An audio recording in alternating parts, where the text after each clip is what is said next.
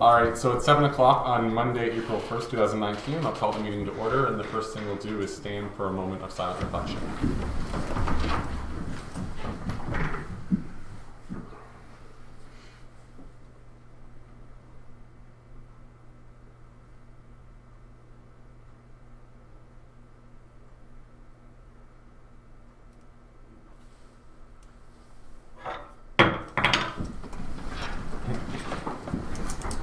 Is there any declaration of pecuniary interest or general nature thereof? Councillor Brody? Just a request for a sponsorship. The request is from my niece, so I'll step with that. Okay. Is there anything else? Seeing none, we'll move into the minutes of the previous meeting, which was March 18th, 2019. Mover and seconder for those? No. Okay. Councillor McKinnon and Councillor Brody. All those in favor? Opposed, and that's carried.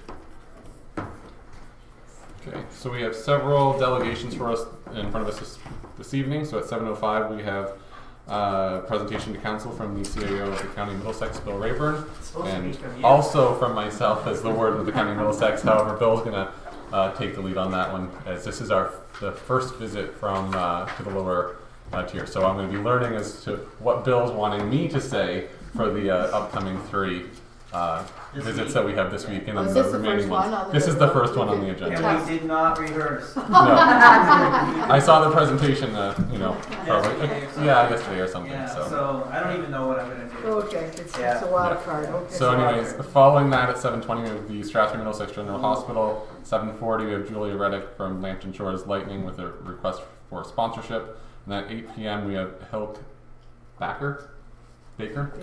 Yeah, for a request for budget, which is the train horn, which I believe would be on Pike. So, because I know Bill likes to talk, we're going to start. I knew he was going to say that. You know what he said when you guys are on? It's so I know when I have to be done. That's what Yes. That's why you're on first. we work together. So we're starting a little early, but that's okay. I'm going. So we, first of all, thank you for the opportunity. Lovely to see all of you. And we have contact information there somewhere, I think, on the back if you have any questions that you want to ask if we run out of time tonight. But what we're trying to do with this presentation is give you a bit of an orientation as to what the county does, answer some questions about that, and then just whip through sort of what our 2019 is going to look like, and I'll try to do that fairly quickly. So I'll give you a couple quick facts about the county, the services we provide. A lot of people we touch on your lives in one way, and you may not know about the other 35 ways we touch on your life. So I thought we'd run through that and then answer some questions. So in terms of quick facts, we're over $100 million in terms of our total budget now. And to give you a sense of where that's come from, I must be a real spender or I'm really old, but back in the day we were an $18 million organization whenever I first started. But what happened in '98 that you remember was we had the Who Does What panel, and that's when they started to push down all the Ontario Works and all the ODSP and all the social housing and all the ambulance. And so my first 6 months in the job went from 18 million to 72 million, just like that in the first couple months of the job. So it really gained exponentially with that provincial downloading that happened at the time. And I think in the lower tiers there's a few things that got transferred as well. I can't remember what they all are, but you'll tell me later. We have 700 total employees now, and we have 36 different service areas. And those service areas are really broken out into 5 different types of service structures. In the old days, you'd think about the county, and it would be county roads, and what else? Maybe the nursing home. Yeah, like those are the things that popped in your mind first. And now, the breadth of the things we do is pretty wide and likely to grow with this change in provincial government. But I broke the county services down into traditional county levy services, local services that we offer, regional services, CMSM services, and municipal corporations. So let's just look at what the levy services are. Those are ones that are the ones you normally think of, or your dad would think of, or your mom would think of in terms of what county provides. They're paid for based upon weighted assessment across the entire county. So the best example of that I have is county highways. But we now offer a suite of local services as well, and they're delivered on a fee-for-service basis, nothing to do with assessment. and they're delivered, the best example there are legal and IT. So those are both things you take advantage of here, right, Kathy? And most municipalities take it. I think the only exception to that rule across the entire county is we don't do IT in Strathroy, but everything else, legal and IT, is done on a fee-for-service basis. It's not a great service to fit into weighted assessment, because it really should be based upon how much you use it for those two services, and that's the way we do that. And then we have what we call regional services, which are ones that are traditional county services that we're also providing to the lower tier. And the best example of that is really county planning, where we've always done county planning at the upper tier level, and we thought, hey, why are we having two separate sets of meetings? Why are we having a consultant do one report and the county planner doing another report? Why are we having two public meetings and council meetings and having twice the length of time for developers? Why don't we just coordinate this and try to save money for the common taxpayer, and at the same time try to increase the speed with which development happens? And so that's what led to the local and county planning working together. And out here, Kathy, it's Aaron? Aaron, yeah. So hopefully that's working well. This slide didn't turn out the greatest, but CMSM services are something that occupy a lot of my brain, simply because I would say they're the bulk, a big bulk of the human services that we provide. Most of the services we provide, 90% of the services we provide are human services instead of physical, like roads. It's a big part of what we do. And these are paid for based upon a formula that's across the county. It's set up, some are set up based upon weighted assessment, some are set up based upon use. And we have a delivery agreement with the City of London, who is the reporting mechanism to the province of Ontario. But for things like social housing and Ontario Works, we are the only county in Ontario that has an agreement with their separated city to deliver CMSM services on their behalf. So that's something that we did in 1998 whenever I first started here. We carved ourselves out. It's proven to be just incredibly amazing for us, because we're able to deliver in close proximity to our residents at a lower cost, and so it's very unique. Another thing that's pretty unique is our ambulance service, and we have a municipal corporation set up to operate that, and that's the last type of service grouping that we have. All the employees report to me, but there is a municipal corporation, so if Curtis said to me, hey Bill, go out and buy an ambulance. Well, Curtis and council aren't really in charge of that. That's actually a municipal corporation that's in charge of that. And I'm the chair of that, and I'm also the CEO of that or something. I don't know. I'm really responsible for it. That's what, if something bad happens, you choke me out. But there's, how many board members? So there's three of us. So it's myself, Councillor Burkhart Jessen, and Councillor Brian Rupp. Right, that are on this board. And so this is a service that's delivered across London and Middlesex to about 500,000 people.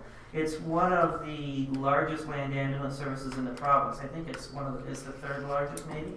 And it's got a $35 million budget, so you can tell on its own. Sometimes we should actually have a lower tier facilities tour and take people to the MLPF. Like, that would be fantastic. You should see our new paramedic services headquarters. State of the art. It's really amazing facility. I was there today for interviews. It's great. Okay, look ahead. Jeez, I didn't bring my glasses. I might have to hold it. You want me to hold it? Yeah, you might have to. What's the first one? Oh, fire inspection. Thank you. Curtis, you're gonna have to do this part, man. Okay, who printed this out? I did. Fire inspection. So Kathy has some documents that came in today.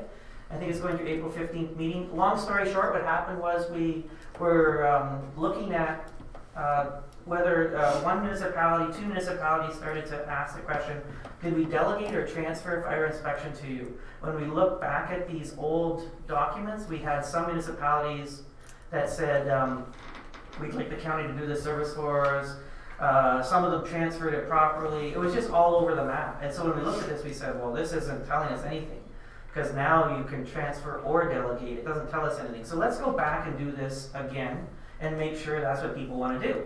So I think there's a pretty good PowerPoint in that grouping that I did. Well, I did it, so I think it's okay, but it will help lay out the history of fire inspection. And then the other thing that's important to note here is that it's a triple majority, so it doesn't really matter whether, like, I had one municipality call me up and they said, well, we didn't transfer it to you, so therefore you can't deliver it. I'm like, no, it's a triple, Kathy will explain triple majorities, how they work. It really is whether the majority of the population, majority of the electors, and the majority of the assessment, and the majority of municipalities and majority of county council agree to do this. It doesn't have to be whether one person says it, and that's the way triple majorities work forever. So we're just asking you to look at that again. We took the opportunity to look at this service from the top to bottom though. It wasn't just about administration. We looked at software, we looked at communication protocols, we established a whole new policy, we looked at how we do the inspections, we looked at employee credentials. Everything about this program was reviewed over the last year. And including, just Curtis reminded me that just at the last minute we had another thing that the fire marshal's office brought up that we added into the policy at the last minute to make it. So I think you have, and part of the problem with this service is that it's so unique. No one else does fire inspection at the county level across the entire province. And the fire marshal's office keeps saying, hey, we'd like to replicate this. And now they're in a position where they probably can, because the policy is spectacular. Like, it took a lot of work, but it's pretty clean now. If you find something in there, I'll be surprised. And then all the legal work has been done. So anyways, take a look at that. I think you'll find that interesting. Broadband, we're still working through things with Swift. They have had quite a turnover in terms of their board and in terms of their structure. But we're still working forward with them. You can ask me about that. Taxation distribution is really about tax ratios and agricultural tax ratios. The UFA is not too happy at the moment about County Council's decision to keep tax ratios the same. So we can talk more about that if you like. Rural and small urban funding is a topic near and dear to my heart. Essentially what happened in 1999 was that we lost the farm tax rebate. And when the farm tax rebate went away, it completely changed. Well, it's simple math. We were getting 75%, we were getting 100% of all the agricultural assessment. That dropped down to 25%. That missing 75% was supposed to be made up for in OMPF, or it was called something else, in CRF or something else. Anyways, it was called something else. You and I remember sometime. Sometimes. Maybe tomorrow I'll send an email. But anyhow, so what happened was, let's just say for the sake of argument that gap was, of 75% was $8 million, and then we got $1 million to replace it. And for the last 20 years, this has been a huge problem where small urban and rural communities are paying for this rebate, and urban municipalities are not, and that is absolutely wrong. So we're doing our best to try and change that. And good news is the government's actually interested, I think, in looking at it. We have the best piece of property in southwestern Ontario is where the county building 50 King is, and then we have a parking lot / development area. And I forget in May the date, but May something, we're having a meeting about what we do with all this property, because you probably know that Helping has now given us notice that they're moving out. So are we leasing it again to someone else? Are we selling it? Or what are we doing with all of this property? But this is we've been sort of prepping for this discussion because we've been working really hard at getting our services out into the community through comprehensive libraries and through other means. We don't want to be there. We're using that space simply because it exists, but we've been moving people out as much as we can. And so we've given council, I think, probably like 20 options for what to do with that property if they want to get everybody out and look at doing something different. But what we're really trying to do is make sure that we have the highest value for the taxpayer in terms of getting efficiency of delivery and then lowest cost of our facilities. So one of the other things we're doing is we're building onto the Gainsborough garage. I forget what that costs. Do you remember? No, we'll remember that for tomorrow. I will. Okay. We'll look at that tonight. Anyways, we're adding on to the Gainsborough garage because that's the most efficient place for a lot of our services that are roads based and also engineering based. So we'd like to get them in closer proximity to the roads group, and that will help empty out some of the floors as well. Okay, better move on. Demographic changes are massive. We have some communities that are changing really, really quickly. Lucan is an example of a community that's changing very quickly. It used to be thought more of as a senior center. In fact, I remember the old joke was that, you know, we didn't order any books at the Lucan Library that weren't in large print, and now it's completely the other way around. The children's section is huge. So they just had that kind of development. The other thing that's been happening is, of course, we've had huge growth in the inner donut. So we have like that Ilderton, Kamoka area is growing so fast that the pile of development applications are like that. And I've been working with Middlesex Center on clearing all that, but that inner donut versus outer donut and how we deliver services to both those groups, because where we need the most amount of services is actually in the outer donut around London, and where we have most of our growth for children's services is in the inner donut. So it is a bit of a challenge because that hasn't always been the case, so we have to switch around there. We're working really hard at trying to convince the province that they should consolidate employment services into the county's employment services. They've actually announced several pilot projects where they're doing this, and we've applied for that. Ambulance dispatch is another area where we see where we could create lower costs and provide a better service. And so we're talking to the province about that, and we think that we're in the last days of getting that. Service transformation is really what I was talking about earlier, where it's more than that. It's really about how can we deliver services closer to the people, but also how can we look at things differently. So for example, if we're doing something at the county, a good example is payroll. There was a time whenever I was told by even my own departments that, you know, you had to have separate payroll people in each one of my facilities because the payroll was so different. And I said, listen, I'm the executive chairman of like 7 international companies and we all use FreshBooks. Don't tell me that payroll is that different. It's just a matter of how you do the math. So what we're looking at is, are there ways to have that both across the lower and upper tier to make sure that we're looking at every area where you can save money by working together. And that's what the service transformation project's about. There's like 4 or 5 things on that list, Curtis. Maybe I'll even send out the PDF to Kathy. Because that was a good one, right? That one last week, we had a little press release about what we're working on. You probably have it, right? I do. Yep. Transit project is something where we've recognized, I got 3 minutes. Transit project, something we've recognized where we need a lot of work done. It's been a problem in the county for a long time.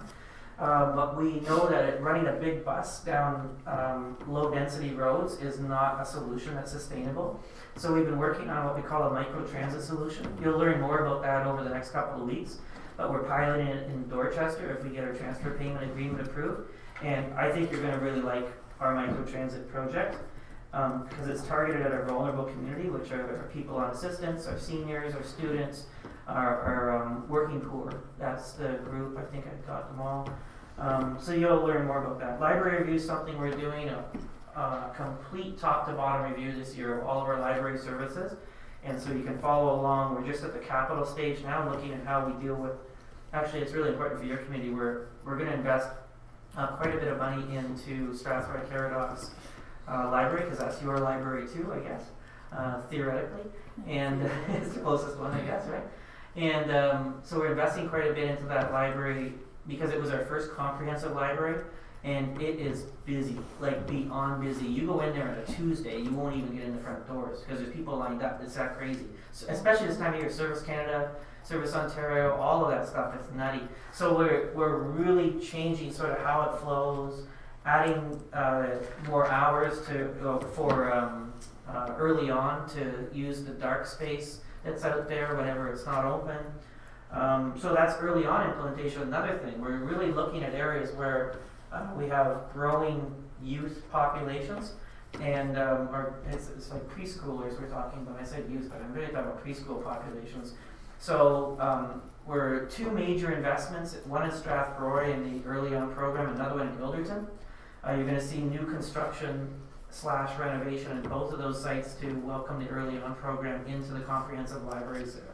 So that's kind of exciting for us. Succession planning, Betty Ann will tell you I've been around way too long, so it's about time that I get out of here and someone else comes in. But we also have a number of people in our organization that are in their last 4 years. And so we're looking at what all of that means and trying to figure out what the next organization looks like. And also right now we're spending a lot of time in in grooming sort of that second layer. You know, there was a time period where organizational charts looked like this, second in commands everywhere. They got like this, and so that means there's just nobody sitting there waiting to do these jobs. We have to go out and groom them and make sure it happens. We're doing human resources review because Doug is speaking of succession. Doug's retiring at the end of this month, and we've looked at what kind of capacity we can have for a purchase of service arrangement for human resources if we get the right personnel in place for. But we are going to expand that group a little bit in terms of what we do. And so you'll hear more about that. I think, Kathy, I'll get in touch with you and we'll talk about that. And then 2019 budget just got approved, tax rates, tax ratios, everything, and I don't know, the tax rate's the same, but the levy was up, Curtis, you gotta go on this one.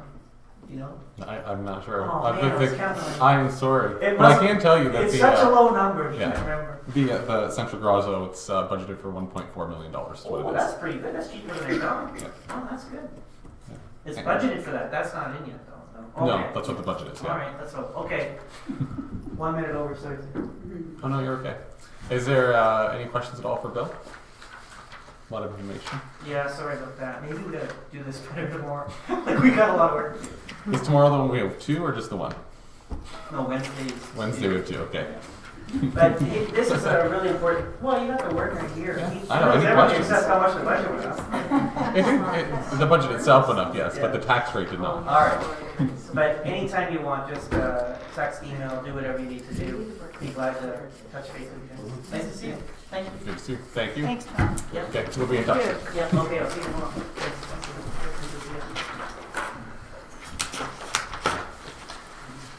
There's my glasses. You're holding them. I almost gave them to you. Thanks, guys. See you later. Nice to meet you. Nice to meet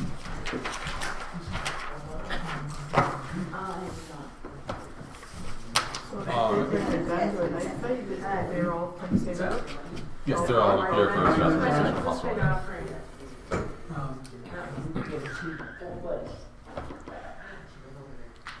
All right, so the next delegation that we have is from the Strathroy Middlesex General Hospital Foundation, and we have Ed Roman, am I right at that, and Janet Gibbons, as well as Sue. Knew you were there somewhere. See, if you expect me to talk and operate a computer at the same time, it just doesn't work. So somebody else has to do it. Yeah. No one said you were stupid, Jim. Oh, bless you.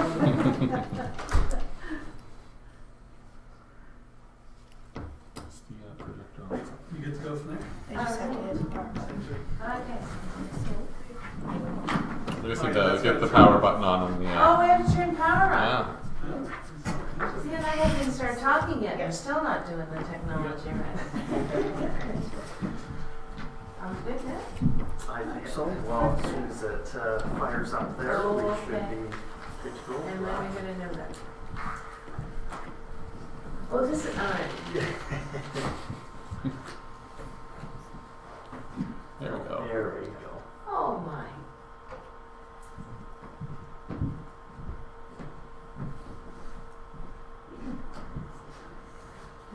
We want to thank you for your time this evening, and that's really what we're here for, to say thank you and bring you up to date on what we're doing. So, for the new members of council, congratulations on the election. And we're pleased to spend the next 10 minutes talking to you about the hospital and how your annual contributions to the new CT scanner have made a difference in the community. Perfect. So I'm just going to start off by asking the big question. Why Strathroy Middlesex General Hospital? Well, besides the things listed above, it really does come down to patient care.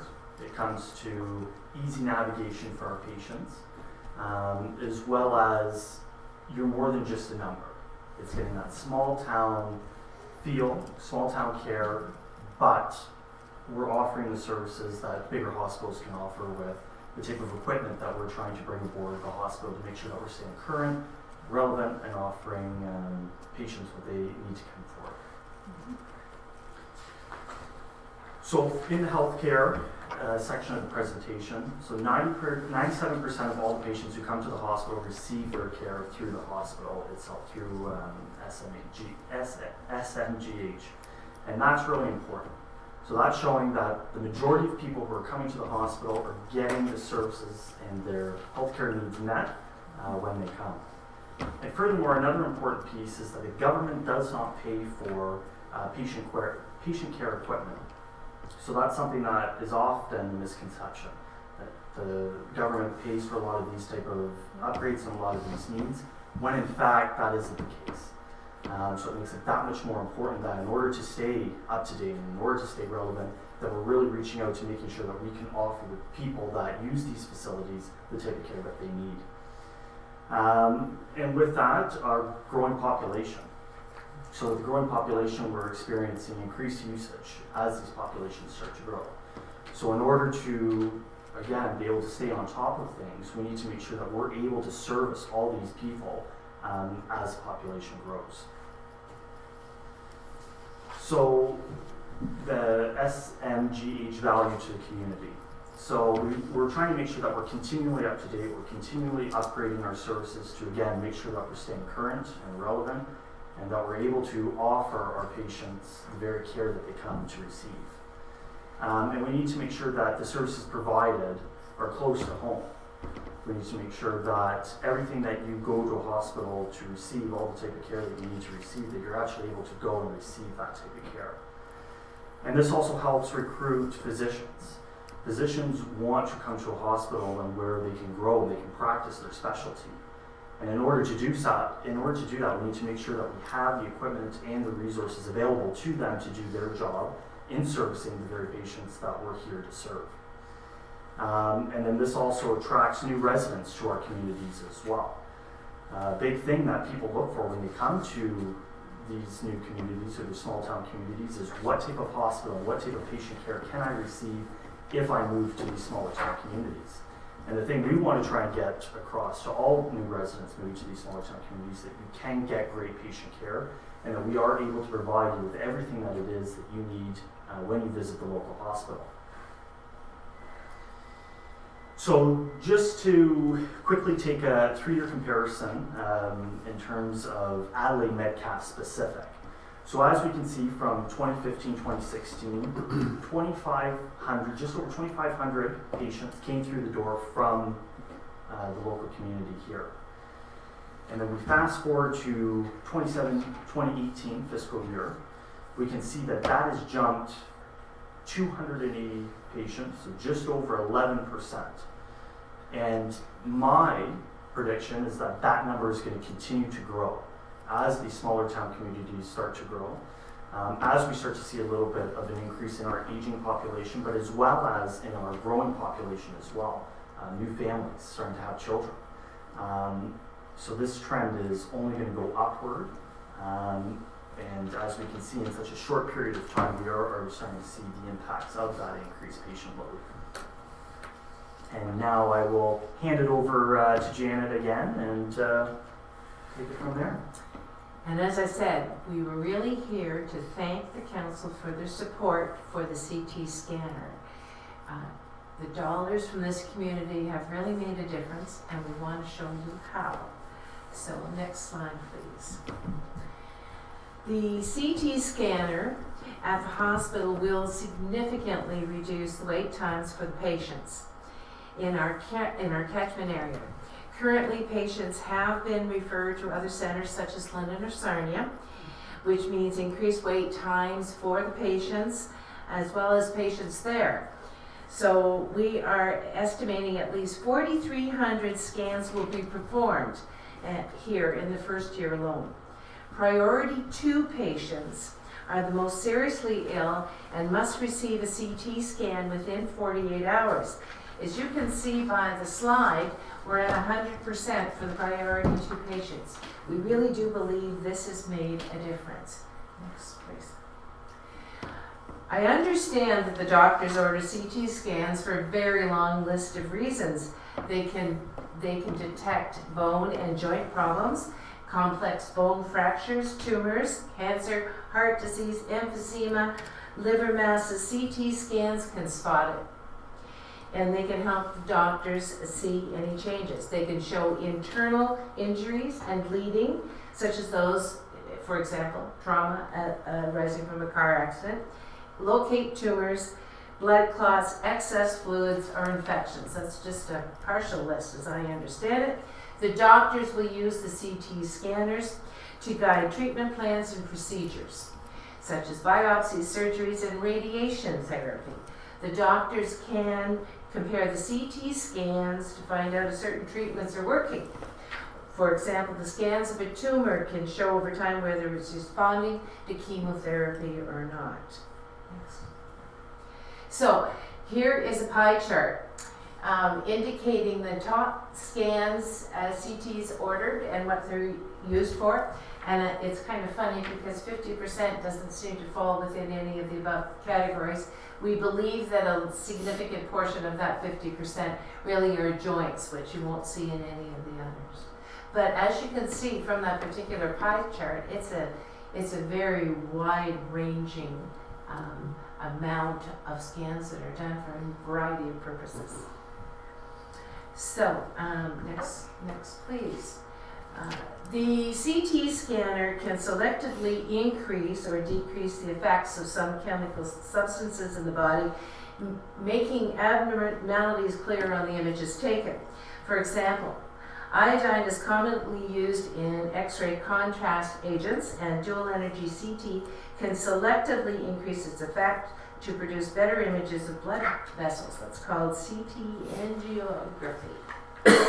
Images with and without contrast agents can be obtained using a single examination instead of two separate examinations, and we can detect particular substances in the body that's useful for patients with kidney stones to see what kind of stone is present and assist in deciding the kind of treatment that might be required. It can also significantly improve image quality if patients have metal in the area being scanned, for example, if you are doing joint replacements. And your doctor may be following a recommendation for the test after discussions with a specialist radiologist. So as you can see, we consider this to be a hugely important tool. And so therefore, on behalf of the patients and the families who benefit from your support, we say thank you, and we hope that you will continue to assist us in what we consider to be very important work. That's it. Okay. Thank you so much. Council, have any questions at all for either Roman or Janet? Just a comment. Good presentation. Oh, thank you. You're welcome. Yeah. Councillor Clark? So this, you actually lease this, is that how that Yes. works? And what's the length of the lease? 8 years. 8. I'm Okay, going to say yes, 7. okay. Yeah. And The are you doing objective- the same presentation to the Stratford Council? Stratford Council is later on this year, and they will be getting something similar. Yes. But not for the same piece of equipment? No. This is separate just No. for this one? Yes. Okay. Yes. Yes. That's what it is. Yes. Strathroy is the surgical equipment. I couldn't remember what it was. North Middlesex has also been contributing to the CT scanner. Okay, and is 4 counties part of your group? Or no? 4 Counties is a related organization. Yes. Okay. Any question? Yep. Hi, Just Councillor. a follow-up to the question, I can remember Sue coming to 4 counties when I was on the foundation board there, and we were asked to raise, I think it was, 700 and some odd thousand.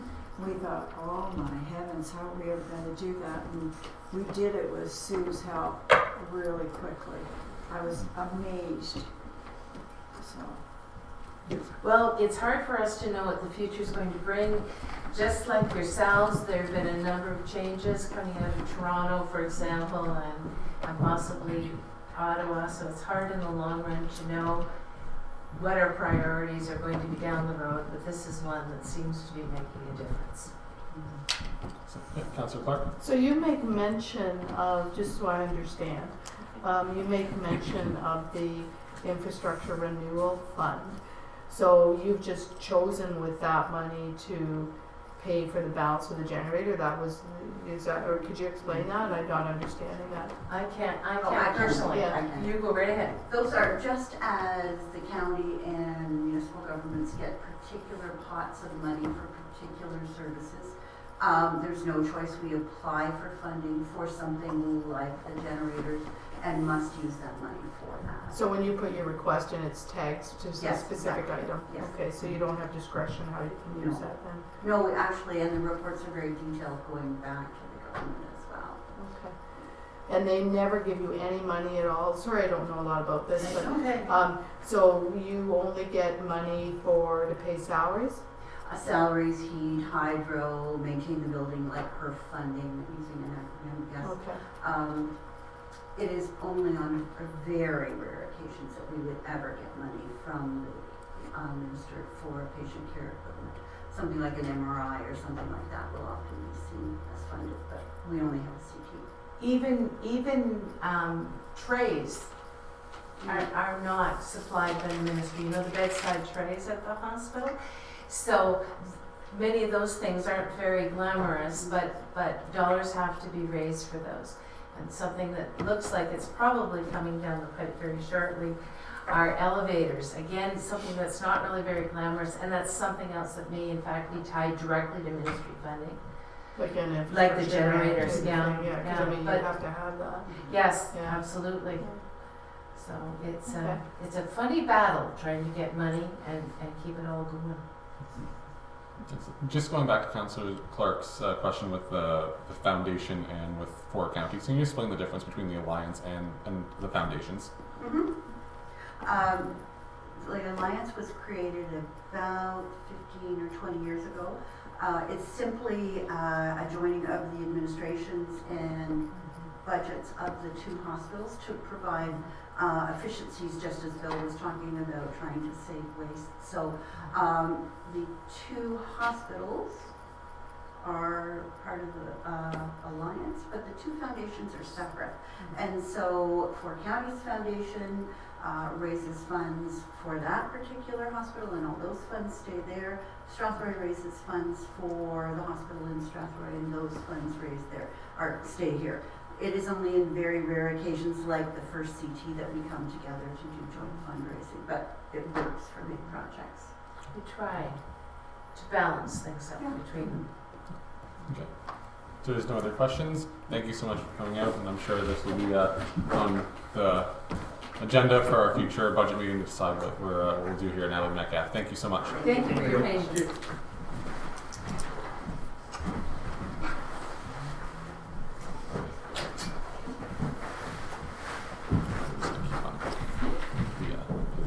It's almost 7:40. Thank you. Okay, thanks. Thank you. I had asked that next question, so that last question, so we can extend it to about 7:40, so we can keep on going to the next delegation.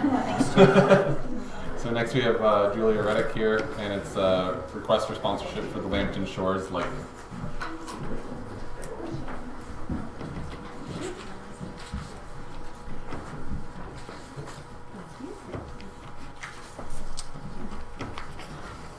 Thanks. I have to sit back, so. Okay. Sorry, Julie. No, for any. I'm sure he'd like to make a private donation. No pressure, eh? That's how Rayburn just said on his way out. Get some of your uncle. Good evening. For those who don't know me, my name is Julia Reddick. I am 16 years old and currently in grade 10 at Strathroy District Collegiate Institute. I lived in Adelaide Metcalfe Township all my life on Malva Drive. I thank you all very much for the opportunity to come and speak to you tonight. I started playing competitive fastball when I was 11 years old, when our team went All-Ontario Rural Softball Squirt Champions. I began pitching fastball when I was 13 years old, as well as playing first base. Currently, I am playing for the Lambton Lightning team out of Arcona. This past season, I pitched a perfect game, and for anyone who doesn't know what that means, it means there were no runners on base. I was able to strike out 15 of the 21 batters that game, with 2 pop-ups and 4 outs at first base. I was very humbled at a year-end banquet to be named Team MVP, as well as win the top pitcher award for association. I am the main pitcher for the team, and with great teamwork, we achieved our goal and won the All-Ontario Rural Softball Bantam Championships this past year, beating out teams from Burgessville, Ayr, and Listowel. This qualified us to compete at the Youth Baseball Nationals in Elizabethtown, Kentucky this coming July 5th to 12th. We will be playing in the world-class baseball complex against teams from all over the United States.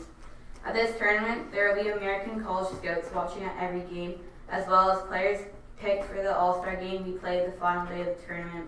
We are currently the only Canadian team competing in our division. We are required to wear matching home and away team uniforms, helmets, and baseball bags. I am so grateful for this opportunity and a trip of a lifetime with my team, and having my parents and siblings there to cheer me on. Since November, I, along with my teammates, have been practicing indoor 2 times a week at the arena in Forth to prepare for our upcoming season and trip. I have made many new friends and teammates, and we have so much fun playing together, making many memories and always supporting one another. We are all looking very forward to our upcoming season and are working hard to raise funds. At this present time, we are doing several fundraisers to raise the money to purchase the required items for the tournament in Kentucky. We are holding an online silent auction this month and hosting a trivia night in the spring, as well as looking for sponsorships and donors. Thank you all for the opportunity to allow me to tell you about myself and my love of the sport of baseball. If you have any questions, please feel free to ask. Okay. Thank you, Julia. It sounds like you've done an excellent job the last number of years. Is there any questions at all from members of council? When is your event in Kentucky? July 5th to the 12th. Councilman McKinney, any questions? No? No, I was quite impressed. Yeah. Very impressive. So what we have in front of us for our council's hopefully approval is a motion that resolve that the request for sponsorship from Julia Reddick, Lambton Shores Lightning, be deferred to the budget. Moved by Councillor McKinnon, second by Councillor Clark. All those in favor? Opposed? And that's carried. Okay. Thank you. Okay, thank you.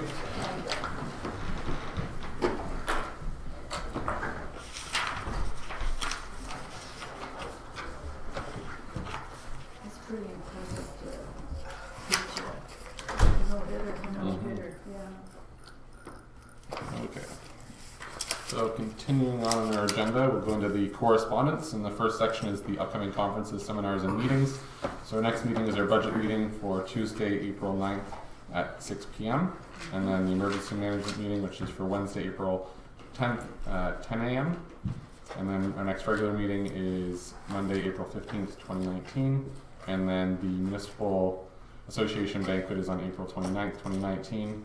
And then there's the OAFC Essentials of Firefighting 101. Is there anyone interested in attending that? I thought the one last Wednesday was very worthwhile, but Yeah. I don't need to go Jump up into and another down and put the uniform on. I think that's more participatory. So. Alrighty, so going into the recommended readings, the first few are from the Sauble Bayfield Conservation Authority. It's the March 21st, 2019 Board of Directors meeting, and then February 21st annual meeting minutes, the GM's report dated March 21st, and the conservation update I jumped, I kept on going. That's for the St. Clair Conservation Authority, and that's the conservation update for March 2019. And then also from St. Clair is the 47th annual Sydenham River Canoe and Kayak Race. I hope our representative there, you're going to hop into a canoe? I volunteered you and Mike. Oh, okay. Good to know. They'd have to have a defibrillator on board for me. And then item number 6 is from AMO. That's the federal budget for 2019. AMO one-time doubling gas tax fund. Item number 8 is the Quest Center Community Initiative Community Resource Center tour, and then as well as the brochure. Is there anyone interested in having a tour of the Quest Center? I have a question about it. Mm-hmm. Where do they get their funding from? Various sources, I believe. Because it looks like they've got Thames Valley District Adult, Alternative, and Continuing Ed, so I'm just curious how they survive. I'm not sure. Yeah. Or that's just they'll do the various agencies, that maybe those are who they're partnering with. Yes. I'm guessing, I don't think that's, but do they fall under the county? No. Mm-mm. Okay. I assume with the Thames Valley logo on there, there's got to be some funding from them, but I'm not sure where Or else. United Way or something, I don't know, They're out of the Glencoe District High School. They have. Oh, is that where it is? Okay. Yeah. It's just around the back part of it. That's where their office is, on the side there. And it's strictly for the Glencoe area residents? No, it's for anyone that wants to use it within the county, I believe. Okay. Yeah. They have their own separate board, a volunteer board, I believe. Yeah. They teach different education, like software programs. They'll teach you Microsoft or Word Perfect, teach you how to do your resumes. Oh, and even help with CPP and all, like Yes. social service stuff? Okay. Yes. Okay, is there any Sorry, what was interest your in question on that? that? I guess, is there any interest in doing a tour of their center? Yeah, I probably should do that. I would do it. I don't have time this month, but Yes, it'd be Kathy or nice to know Jennifer, what's out yeah. there for people, for services to access. Yeah. Yeah. And then my other question was back up under correspondence. Okay. The County of Middlesex Municipal Banquet, you're calling it a banquet on the 25th, but is that what I read was at Amy's and we're the host? Yes. Yes. Yes. So what's required of us? Really nothing? Do you wanna- Kathy Bunting organizes it, or? We're all fighting about this year because we Is it just because he's the warden? No. no, Or just it's happens to land actually there? it's Our- our turn based on their schedule. Okay. Richard Bolton is the president I of see the that, Minnesota yeah. Municipal Association, and he volunteered that we would host it this year. So Okay. there's a very small committee working on getting the speakers lined up. We organize it ourselves basically. Okay, so who pays for that? The The county? association. And the association. We pay $150 for our dues. Right, Every everybody pays, municipality yes. does, and then And it comes out of that. comes So from it's the really association. funded by the association Yes. via the county, okay, because that's who plays in that arena, okay. So the county just pays the same amount that we would do. No, So I'm saying 100, each yeah. of the. Yeah, each of okay, the- I just, yeah, The county count, individual yes, municipal councils, yes. okay, Yeah. so And it's then- self-funds basically. Yeah, Okay. and then plus there's, the conservation authorities, and then also the health unit is also a member as well. So, and I don't know if there's anyone else. Okay. Yeah. Thanks for explaining. But if anybody has any recommendations for speakers, I think Jennifer, we're still looking for. I have a couple feelers out. I just haven't gotten any replies back. Yeah, because you have to have money to pay them if you want, if they want, or if you just. A lot of it's volunteer. Yeah, so Yeah. you're looking for a different kind of Yeah. speaker. Okay. Yeah. Alrighty.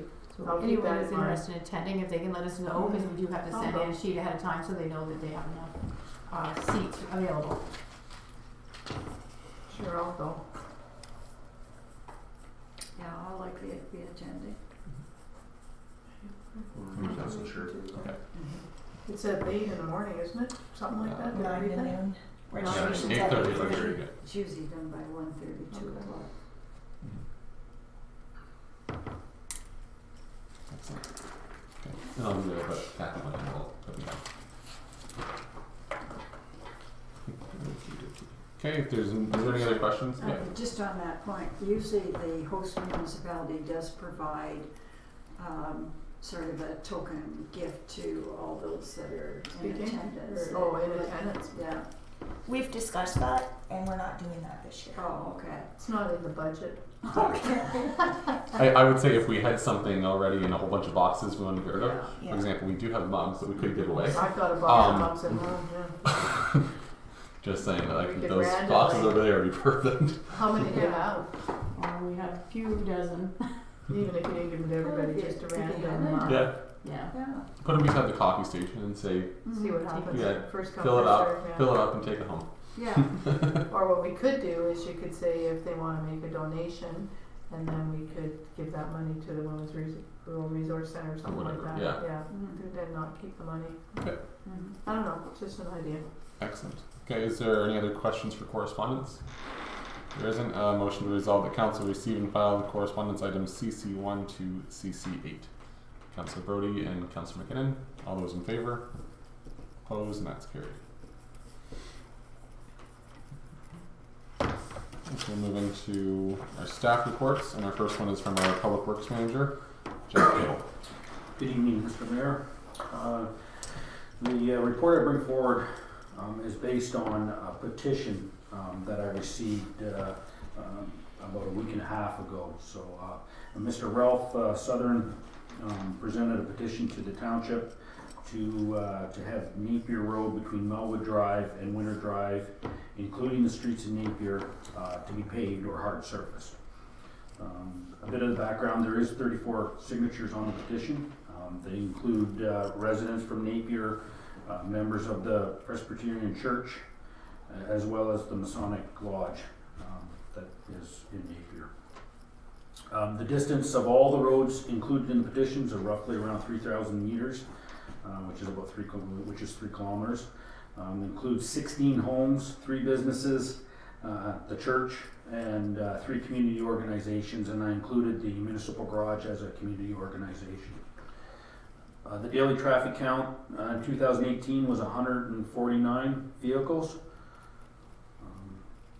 which is, for a gravel road, it is one of our busier gravel roads.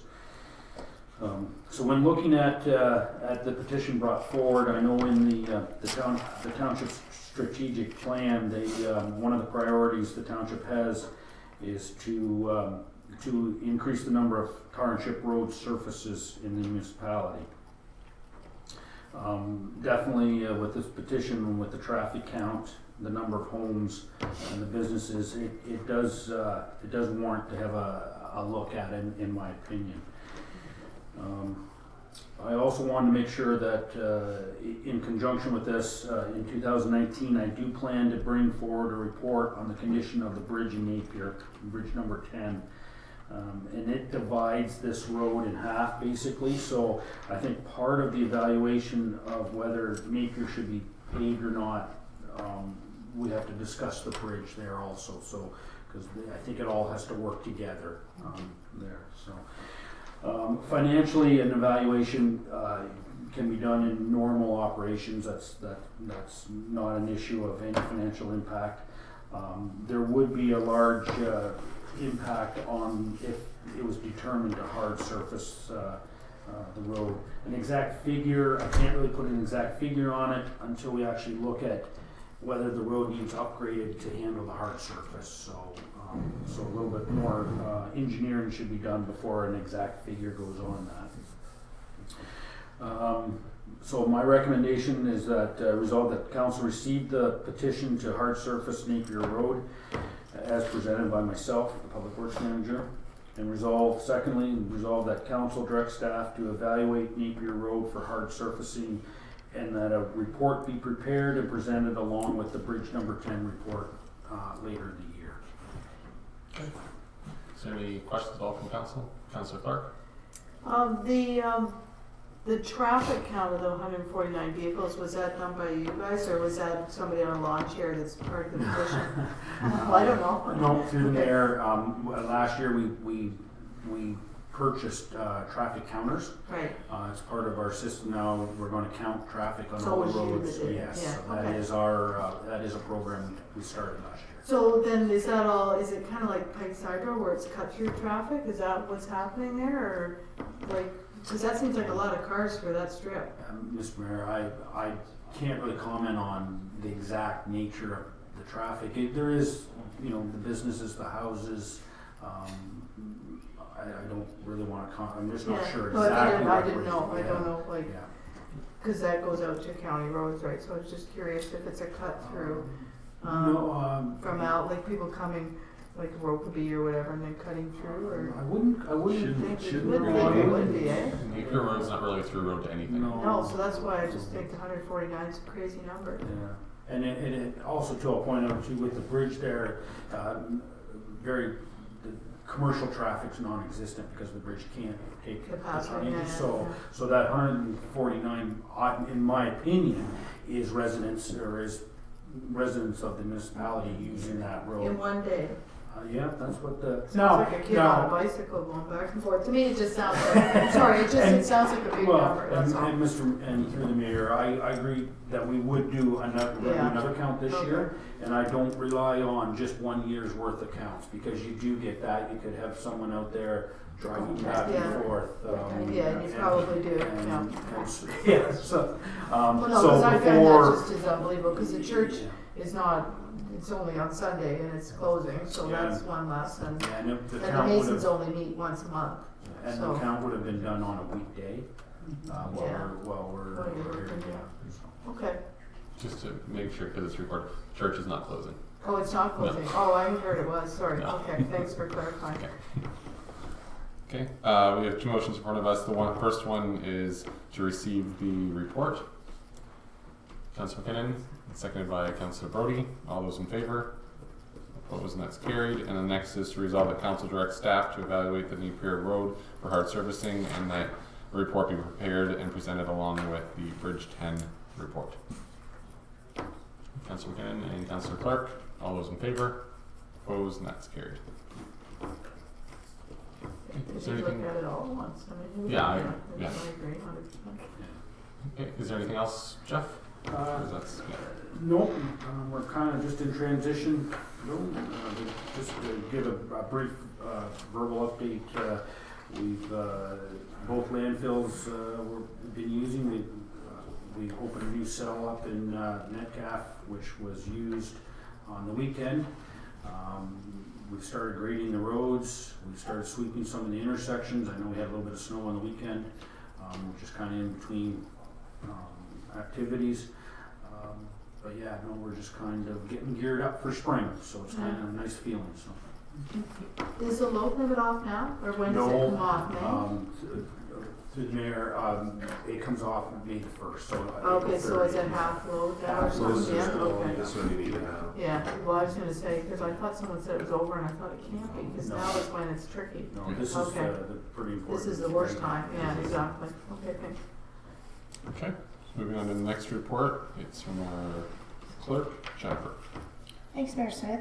My report here is just a FYI for council. We received correspondence from the Township of Warwick regarding Conkey Drain Branch A for a consideration meeting to review the engineer's report that's attached to that drain.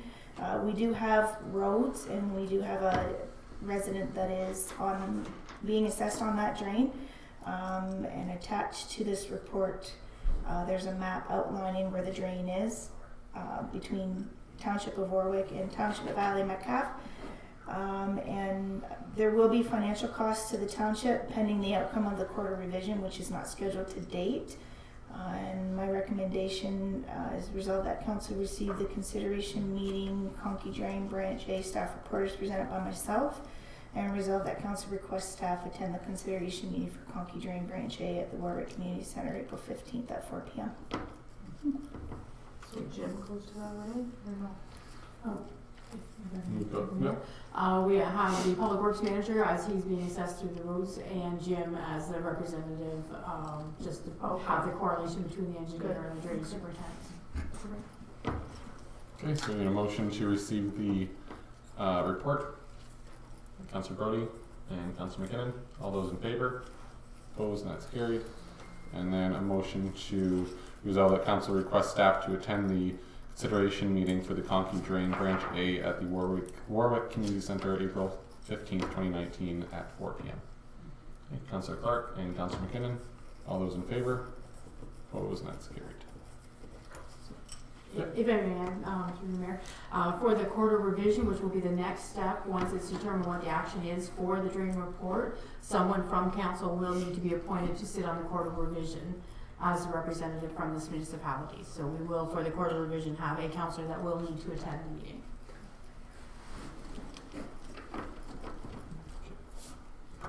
Kathy, are you wanting to go through your second report before we have our delegation, or jump right into the delegation? I probably would better if he gives his delegation, and then we can discuss it afterwards and help you aware of what we have in our report. Excellent. So I should.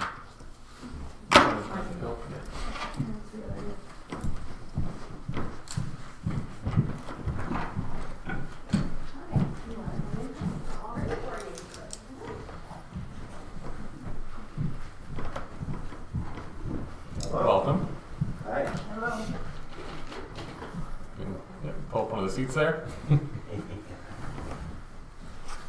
All right, so you're here to talk about the request for the budget, which is to do with the train horn. Yes. Good to see you again, and I'm glad to see you don't have a briefcase to cover up an air horn like you did a few years ago. It's one way to get someone's attention, that's for sure. That's true. Yeah. So yes, I'm here again, and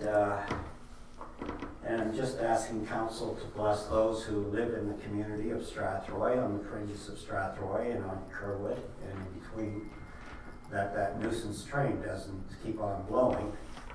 And I know that there's concerns about safety, but in Kamoka, both the CN and the CP have been approached by council, this is years ago, for the train to stop blowing. And there hasn't been any accidents. The community has been thriving, and who wants to, hear that whistle, especially in the middle of the night. So I'm asking for consideration that that would be passed. Okay. Yeah.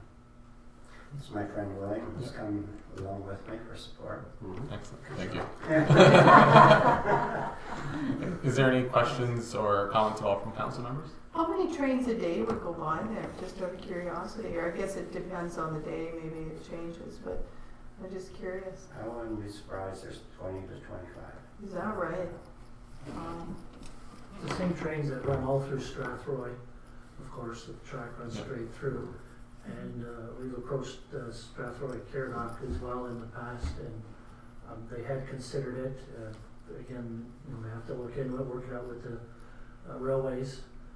But it's no whistles from 11 to 6 in the morning, 11 at night to 6 in the morning, but when it's 6 in the morning, because they just blow that whistle all the way through town, from one end to the other, because there's crossings before they can even let that whistle stop, so it goes all the way through.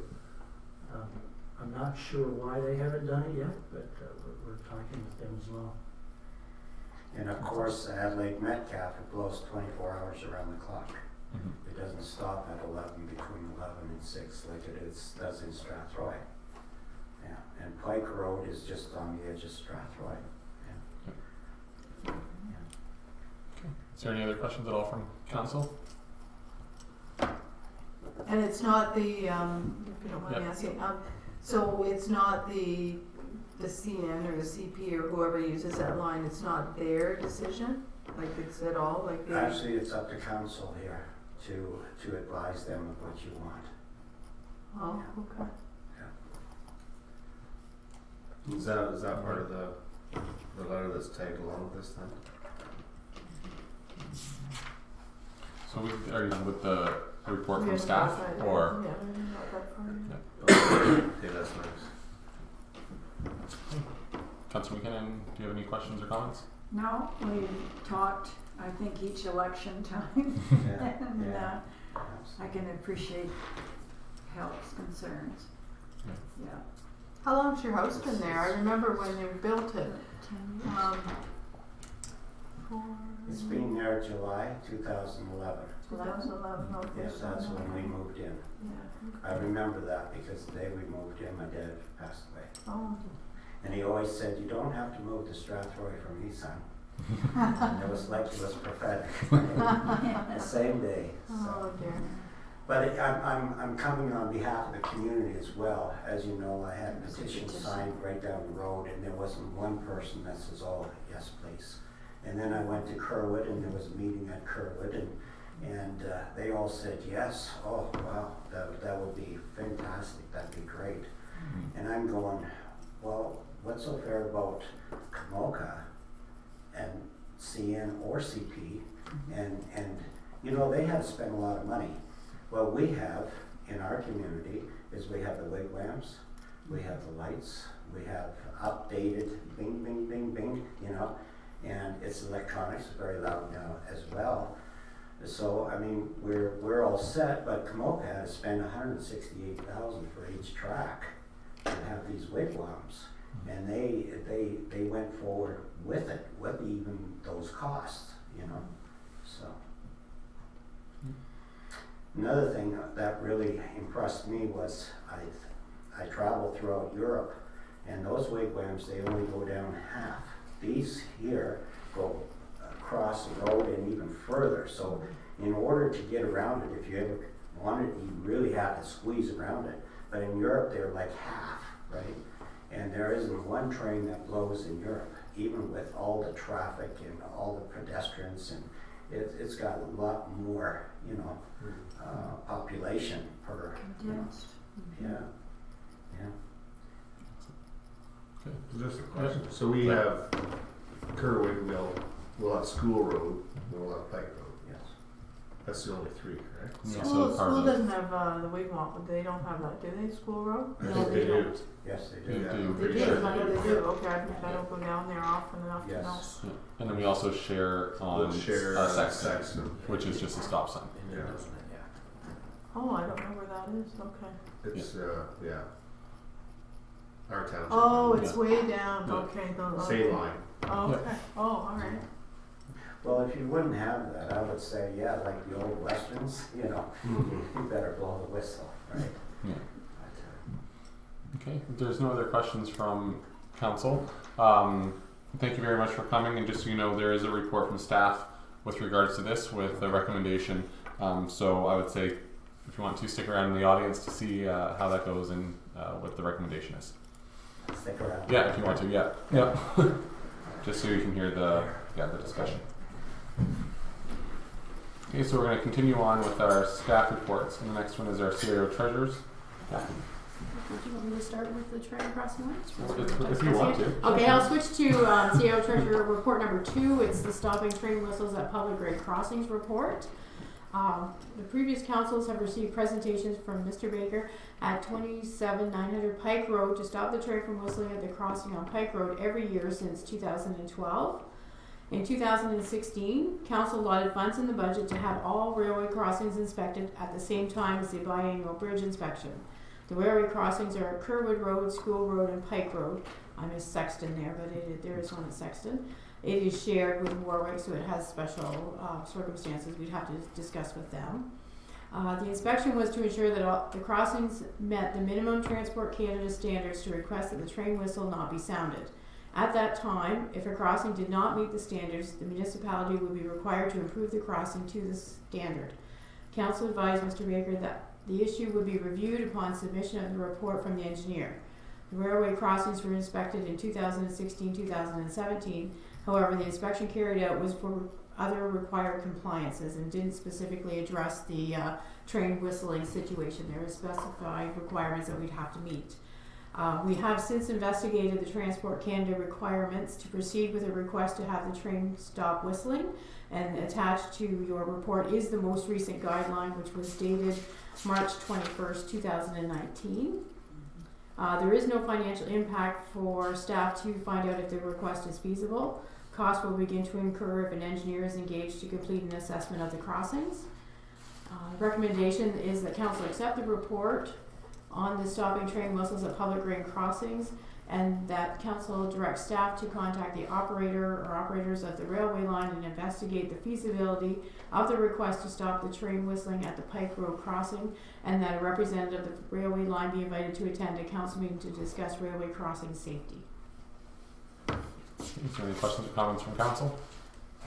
Just a comment on the map that shows Pike and Hilt's property here. It says Adelaide Metcalfe Municipal Boundary Wetlands in the M&R, and then it says North Middlesex Address Unit. What is that? Oh, that's just That's verbiage what that they appears call from the mapping. That just came from the mapping Okay. program. Shouldn't it say Adelaide Metcalfe though? I believe it addresses something to do with the M&R. They have a broader range of designations there. Okay. And it might have just been a checkbox on the program itself that it just showed up on the legend, that's all. Yeah. Councillor Clark? Yeah, the only thing I'm wondering is, and maybe the Transport Canada plays into this somewhat, or not. The only thing I'm wondering is, Does this affect our insurance from a liability standpoint? Like, would that be flagged as an assessment piece when they do our pricing? Like, I have no idea.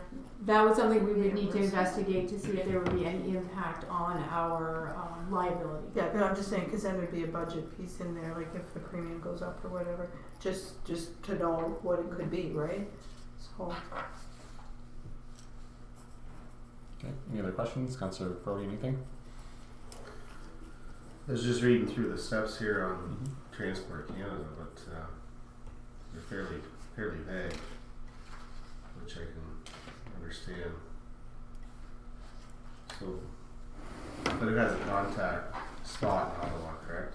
Unless you're... Okay. Councillor Clark? so if we were to move ahead with this, and then it says here, if the municipality and company, do not maintain, so that's only if we're inspected, they could come in and say, they could regulate on us that the train whistling is gonna start again, and that's a Transport Canada issue, right? Like, we would have no control over that? Huh, okay.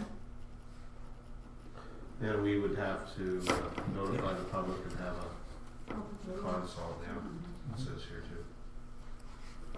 So is that what, like, sorry I don't know the history, but, so you had made a reference to a meeting in Kerwood, so was that a public meeting for this purposes? No. Just Mr. Baker held it, I believe, with somebody. It was held, it was that this council wanted some advice and hired somebody, and there was a meeting there. It was during the strat plan Oh, the focus group? focus groups. That's right. Oh, okay, okay. So I came in as a guest this week and to address it, which I was really encouraged and everyone else was encouraged. So we do have two motions in front of us. We'll deal with the first one, which is pretty simple, just accepting the report. Okay, Councillor Clark and Councillor Brody, all those in favor? Opposed, and that's carried.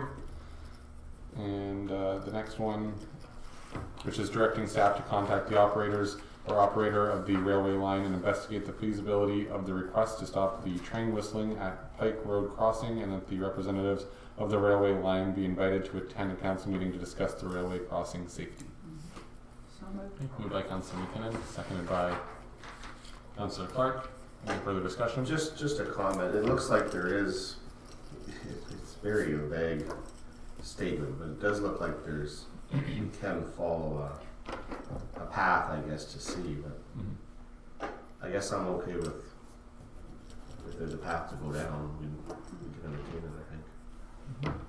Well, my guess it's, the reason it's vague enough is because nobody wants to assume liability, right? That's why it's vague, so.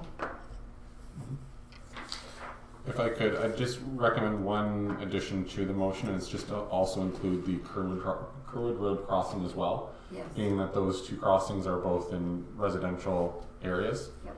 to look at them both instead of Well, just looking at you one. pretty well must have Yeah, one if you at do school one, too, because it's so We could throw that one into there to too. Pike, Yeah. right? Because the houses are close there too, Yep. are they not? Well, it starts pretty Yeah. close. Is that fine by Councillor McKinnon? Add that in, so it's Kerwood and school roads. Yeah, Yes. agree. Okay. A friendly amendment's fine. Excellent. Okay, all those in favor? Opposed, and that's carried. Okay. So, I'm sure Kathy will indicate to Philip when that's back on the agenda, if that's okay? Absolutely. There you go. Thank you. Thank you. I'm gonna get an extra kiss tonight. My wife Grace. Oh dear, sexual harassment. 45 years of it. Coming up in May. Thank you. Good night.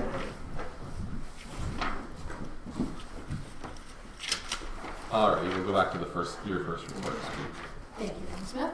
My first report is invoice payment approval for the period March 15th, 2019 to March 28th, 2019. The total amount being submitted for approval is $1,049,865.27. Any questions on the accounts? Just one. Councillor Clark? So item 961, it refers to a vacancy refund. I don't know, a 2017 vacancy rebate of $700. So, If I may, How does it that was a come program about? established through the province when the changes came about to the commercial taxation portion of properties. There was a pushback from commercial and industrial property owners in regards to the high amount of vacancies that they were experiencing at the time. So a vacancy rebate program was implemented. So a vacant property, which had to be 3 months minimum, 3 consecutive months vacant, commercial or industrial will receive 30% on commercial refund, as well as 35% if it was industrial assessment. so this is saying 2017. So Yes. So They was the property reassessed at 2017 so that this isn't an ongoing thing? We're No, going to they get have to rebate? apply annually. Oh, okay. They must apply before February 28th of the next year. So most applications come in sometime close to the end of that period. We send them away to MPAC for referral and recommendation. MPAC sends back the recommendation and then we process it. What happened is the county, it's run through the county, and all of the municipalities in Middlesex have determined that the program is no longer efficient. So it is disbanded as of, these will be the last ones you'll see. As of 2018, the program is no longer in effect. So there's no rebates. So there will be no rebates. MPAC has moved to a point-in-time assessment. So your assessment should be current for what you're being assessed for. Okay. So you'll no longer see those rebates come through. Okay, thank you. Is there any other questions? Nope. So a motion to resolve the council approve the account listings for the period March 15th to March 28th, 2019 in the amount of $1,049,865.27 as presented. So moved. Councillor Clark and Councillor Brody. All those in favor? Opposed? And that's carried.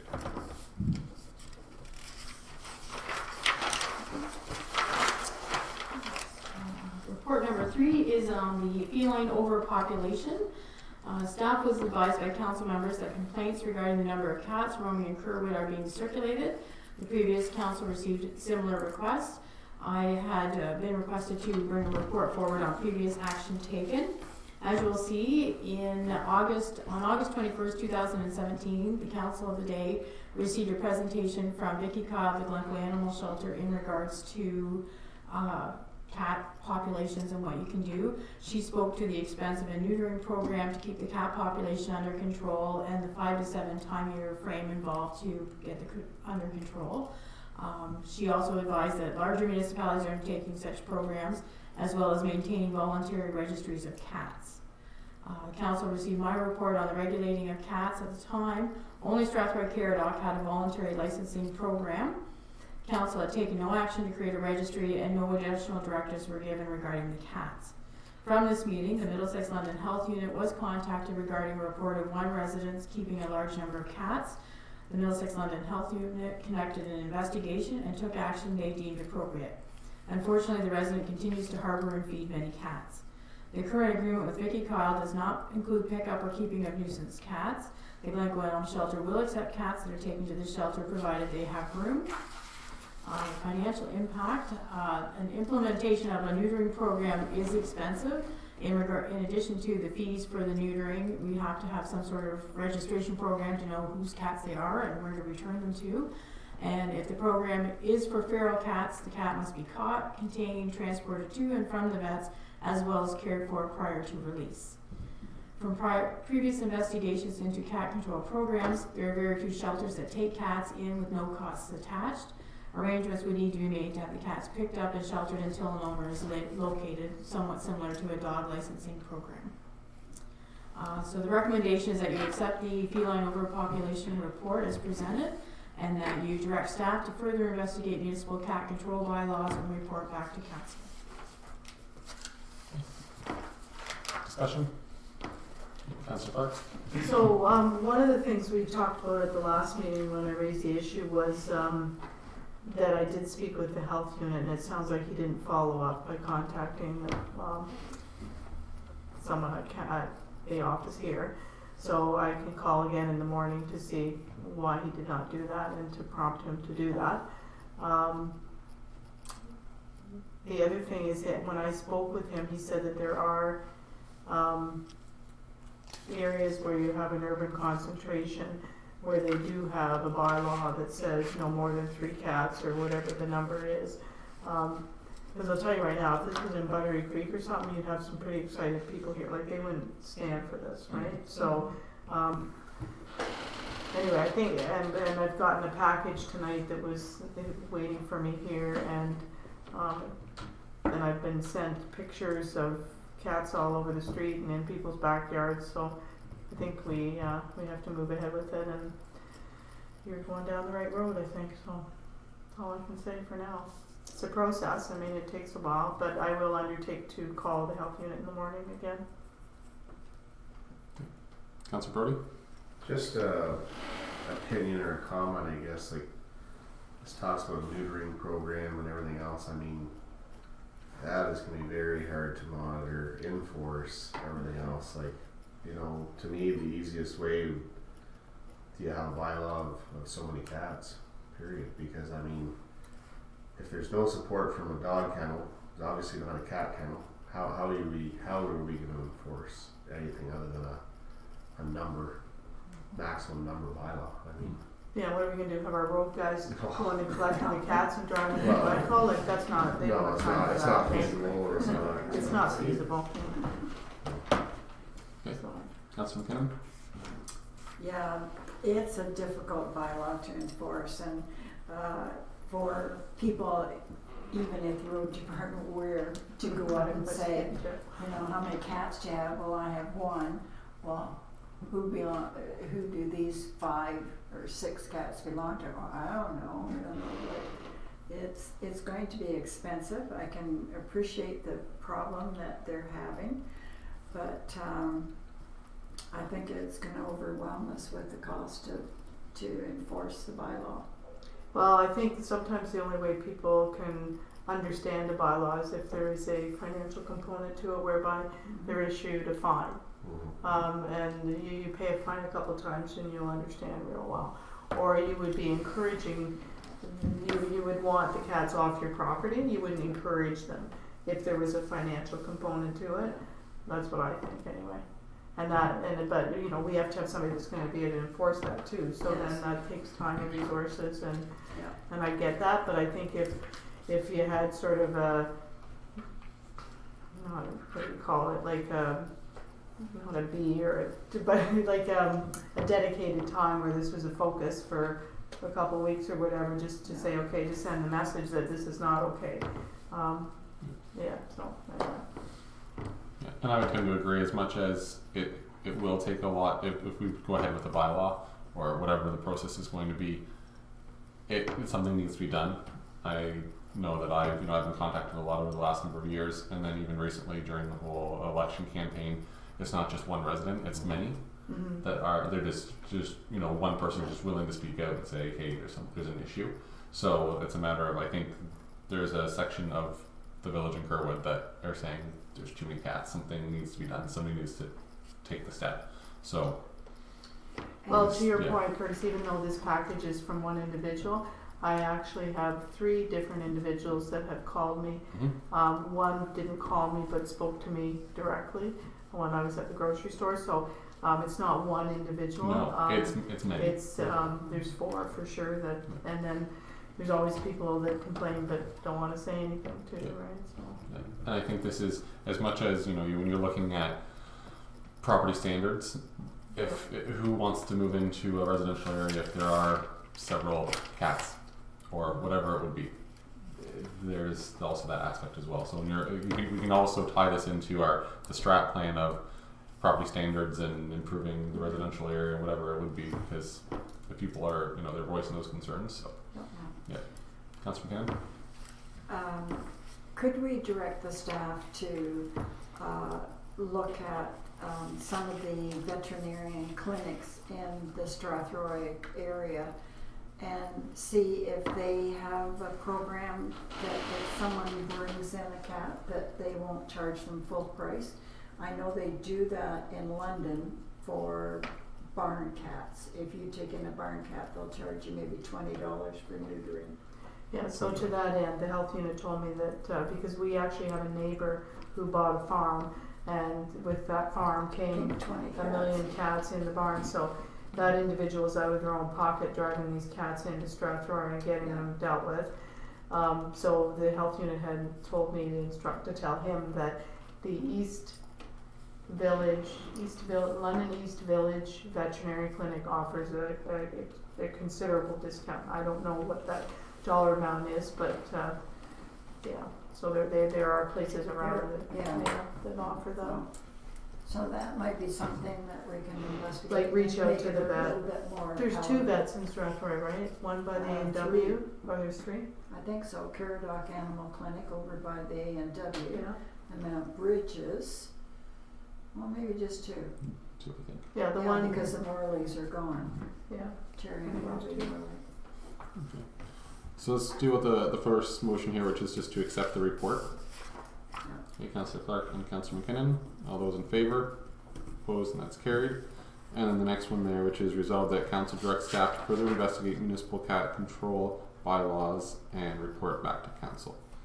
Kathy, is that also including what Council's talking about here, which is looking Yes. into different Other avenues? cat control would be anything that we could do to help assist with the population. So, Okay, thank you.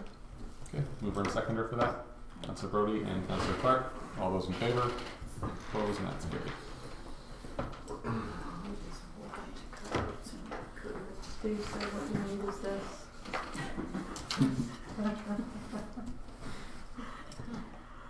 my last report for tonight is in regards to 2019 grant announcements. I advised of these at the budget session on Wednesday, March the 27th, I believe that should say.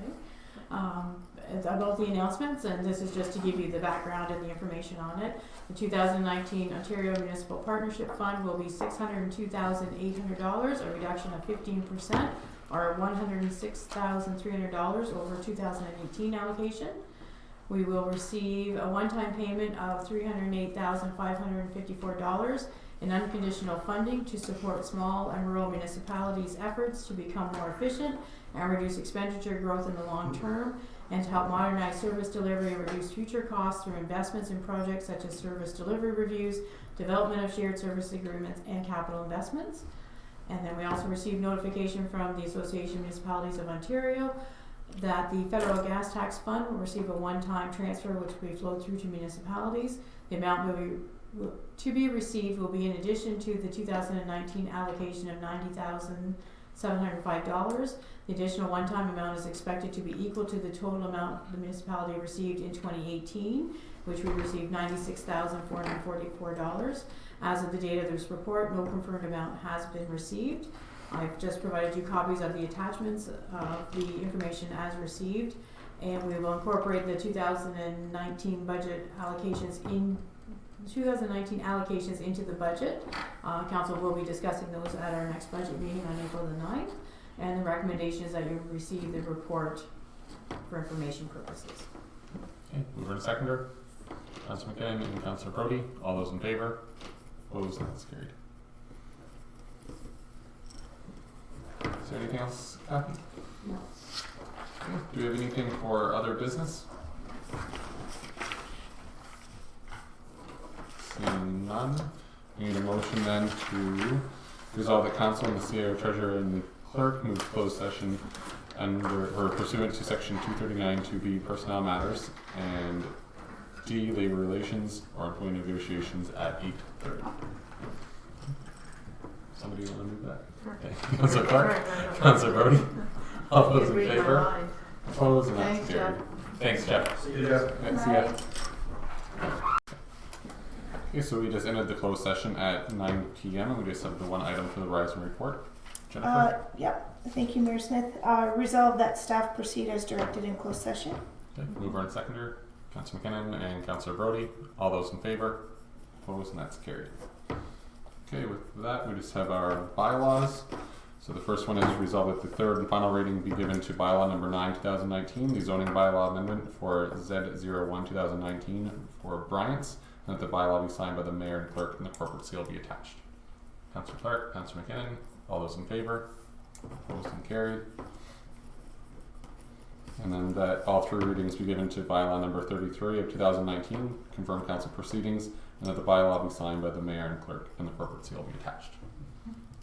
Councillor Brody and Councillor McKinnon. All those in favor? Opposed and carried. And then a motion to adjourn at 9:02. Councillor Park and Councillor Brody. All those in favor? Opposed, and that's carried.